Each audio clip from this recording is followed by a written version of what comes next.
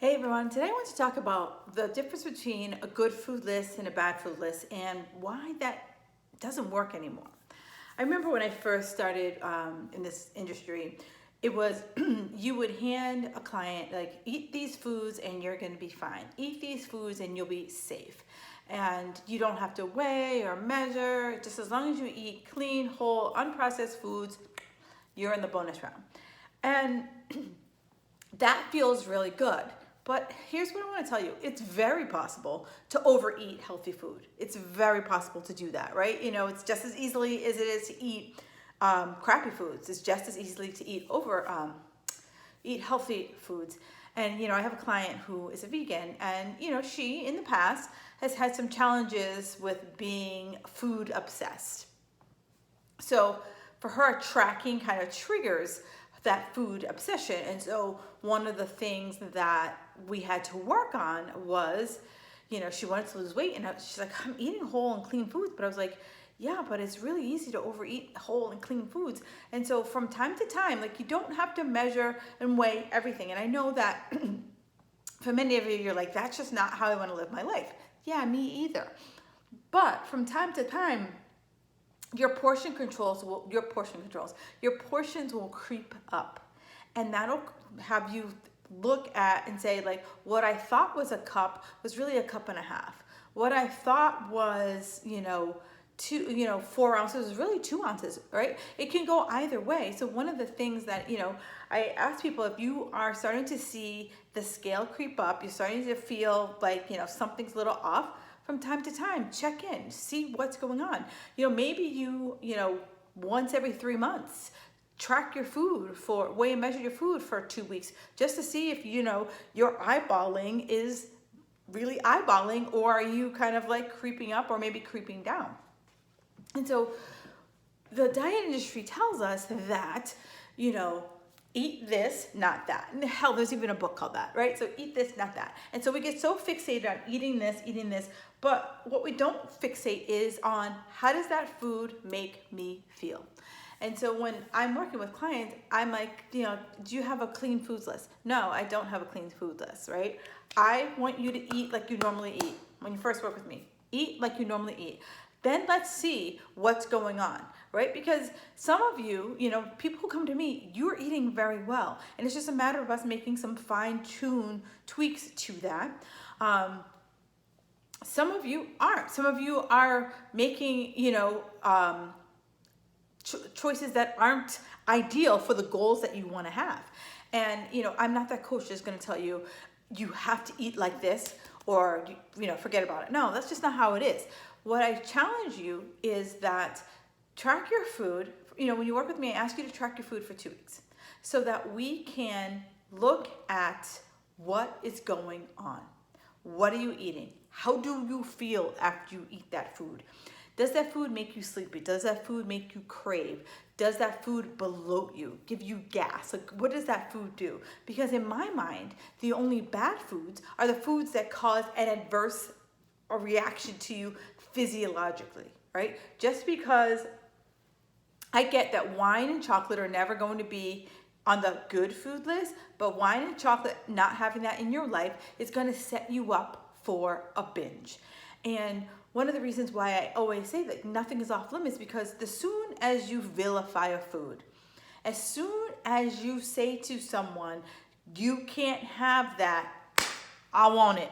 I want it big time. I want it with whipped cream, nuts, and a cherry on top. That's how bad I want it. And we need to stop vilifying foods. We need to just say, there are certain foods that I eat regularly, and there's certain foods that I don't eat not so regularly. That's what we have to get down to. And if a food causes you to feel bloated, if a food causes, any type of gastrointestinal disorder, then that's a bad food, right? Versus what the diet culture tells you is a bad food. When we start to put that good food, bad food list on it, it causes us to have disordered eating. So, you start to think, oh, I can't have that ice cream with my kid on vacation. That's bad. Yeah, that would be really bad. So we spend all this mental energy thinking about how we can avoid that ice cream, where if we just had the ice cream, we wouldn't go 20 rounds in our head about why you shouldn't have it, or that you have to, if you did have it, that was bad, or now that you did have it, you're going to have to do 5 million burpees in order to burn it off, right? What I'm trying to work with my clients on is getting to a point where you just feel good and comfortable in your body. You feel okay when you have that that ice cream. You feel okay when you have pizza with your family, right? You separating yourself from the rest of your family, missing social events, that's not a life. And there's so many, diets out there that say, you have to eat this particular way for 30 days. Eat this particular way for 12 weeks. And, you're good. That's not the case. How do you take that and turn it into a lifestyle, right? If you're doing Whole30, what happens on day 31, right? Are you craving? Are you hungry? Are you, energy, right? That's what you determine to be good food and bad food. Does, whatever I do, does it cause me to crave? Does it make me more hungry when I eat it? And does it either give me energy or take my energy away? And so that's how we figure it out. When I take a journal, I want to, you can keep your journal really simple. You can keep your journal and you can say, okay, I'm going to just track my portions. I'm going to track how I feel. I'm going to track if I have what emotions I had before that. So when I say how you feel, like, did you feel bloated, right? Did you feel gassy, right? That's what I want you to, that's when I say feel. But then also feelings, did you just get an email from your boss and you're just like, screw her, and sent you into the kitchen for a glass of wine, right? So here's where we start looking at what we're doing. We start looking at our patterns, because then we can start to make better decisions. And, we were thinking of this as a pyramid. At the very bottom of this is our mindsets, right? And many of us don't like to think about it, but it's like, what have we done in the past? What is our relationship with food?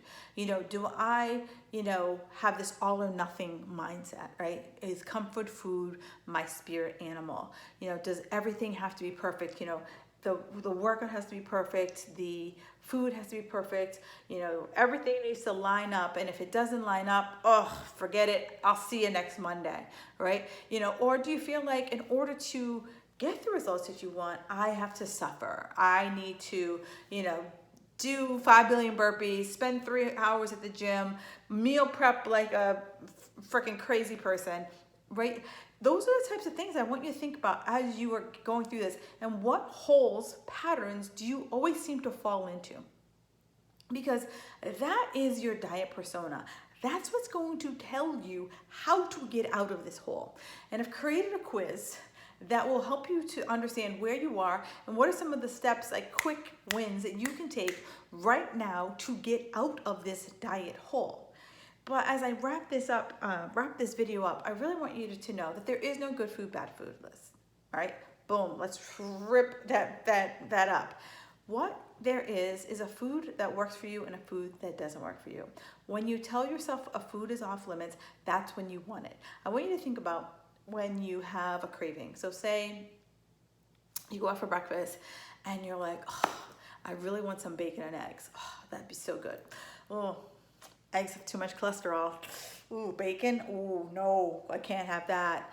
And so you're like, I'll just have the tofu scramble, right? And the whole time you're thinking like, I really wanted that bacon and eggs with sourdough bread, right? That's what you're thinking. You're like, yeah, if I could have that, ooh la la. So your brains are just thinking about that. So you have your veggie scramble with tofu, and you'll have fruit on the side, and all day long you're like, your brain is just thinking about having that bacon, egg, and cheese sandwich from earlier in the day. So then you have, you're like, so I'll have a little bit more fruit. And then, I'll just have this piece of gluten-free raisin toast. Then I'll just have this, some sweet potatoes. And then you start just having all these little things trying to make up for what you wanted in the morning. Versus if you just had that bacon, egg, and cheese sandwich, the number of calories that you had eating that bacon, egg, and cheese sandwich would be less than all the little things that you had throughout the day in order to get over having that bacon, egg, and cheese. So I challenge you that when you do have that craving in the morning or afternoon or evening, you know, as long as it's within a portion control, as long as it's not a food that's going to like trigger you to make you like overeat, give into it. Give into it, because it'll be so much easier for you mentally on the other side. So if you want to have access to my quiz, down below, I've included the link. If you have more questions about the good food, bad food list, leave me a comment below. Let's start a conversation. I really want us to start to break free of, giving ourselves permission to have fun foods.